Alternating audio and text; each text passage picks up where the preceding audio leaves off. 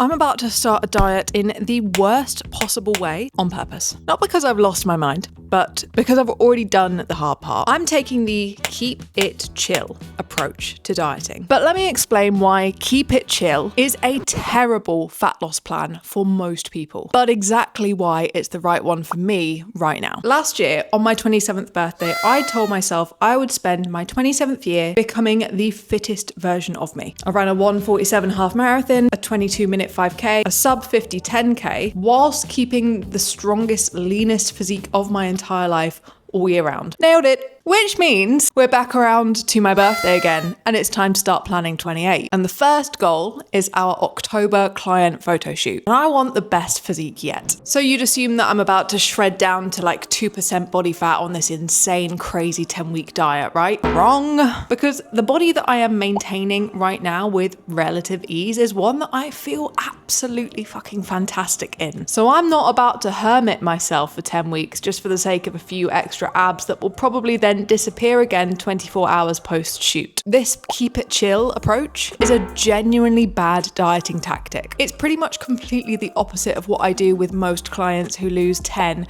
15, 20 kg within the space of 6 to 12 months. And the reason it's so bad is so simple. If you've got a lot of weight to lose, slow fat loss kills motivation fast. Losing 20 kg at a rate of 0.2 kg a week means you're less than a kilogram down in the space of a month, staring at the scales thinking, what's the point? You're going to throw in the towel before the first kilo's even gone. For most people, a harder initial phase, pushing harder whilst motivation's highest, pays off way more in the long run. So why am I taking the lazy way out? Well, because I've already done the heavy lifting. I've done the really low, uncomfortable deficits. I've done the 1,000-calorie cardio targets a week. I've lost the big chunks and I've kept it off. So right now, I'm not climbing a mountain. The goal is simply to lose a couple of extra kg to feel my absolute best and show off all of that glorious muscle that I've developed in the last year and a half since my last shoot. Now, if you're the person who's lost and regained the same 3 kilograms for what feels like their entire adult life, and you're nearing the point of total defeat, then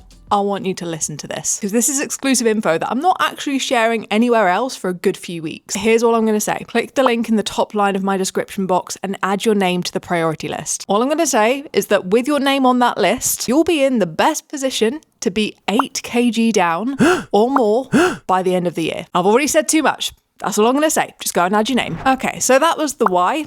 Here's the what. This is how I'm actually going to drop 2 to 3 kg between now and October without losing my mind. First off, we've got diet, the most important factor where fat loss is concerned. And to be honest, most of it doesn't change. Breakfast and lunch stay the same. And if you're new here, I'll link my latest what I eat in a day video so you can see what that looks like. Dinner, carb manipulation. So fewer carbs, more protein, more veg, more salad. Snacking gets a little bit tighter day to day. Pastries drop from 1 to 2 per week to 0 to 1. And I'll keep a lid on food and alcohol choices when socializing, with 1 higher calorie day built into each week. And then you got movement. I already hit 10k steps a day, so I'm just nudging that minimum from 10k to 12k and basically just walking whenever I can. Getting off the bus a few stops early. More time spent on the walking pad. No drama, no extra stress, no extra faff. Just tidying up what I'm already doing. Hence the title. And then training.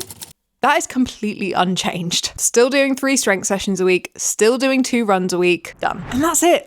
It feels a bit too simple, doesn't it? But that's the point. I've done the hard yards, so a few extra kilos doesn't need to feel like this huge amount of effort now. And I'll be documenting the whole thing over here. So if you want to know what Keep It Chill actually looks like in practice, then hit subscribe, give this video a like whilst you're there, and I'll see you in the next one.